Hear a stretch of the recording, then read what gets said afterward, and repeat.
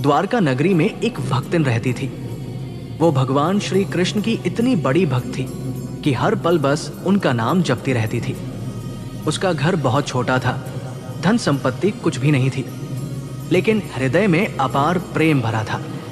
एक दिन खबर फैली कि स्वयं श्री कृष्ण अपने भक्तों से मिलने नगर में आने वाले हैं। ये सुनते ही भक्तिन खुशी से झूम उठी।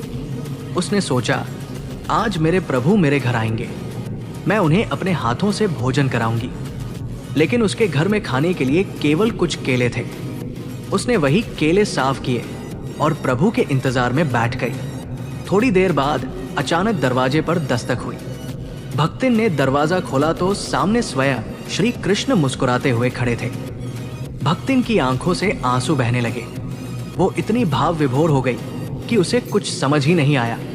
वो जल्दी जल्दी केले छीलकर भगवान को खिलाने लगी, लेकिन प्रेम में इतनी डूब गई कि उसे ये भी ध्यान नहीं रहा कि वो फल फेंक रही है और केले के छिलके श्री कृष्ण को खिला रही है।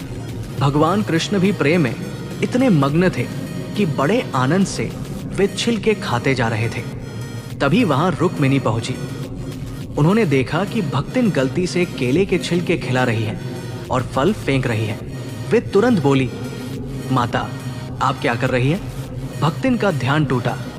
उसने देखा कि उसने प्रभु को केले नहीं बल्कि छिलके खिला दिए। वो डर से कांपने लगी और रोते हुए बोली, प्रभु, मुझसे बहुत बड़ी भूल हो गई।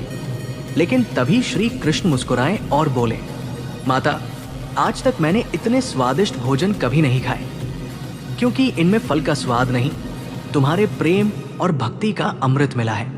ये सुनकर सभी की आंखें नम हो गई।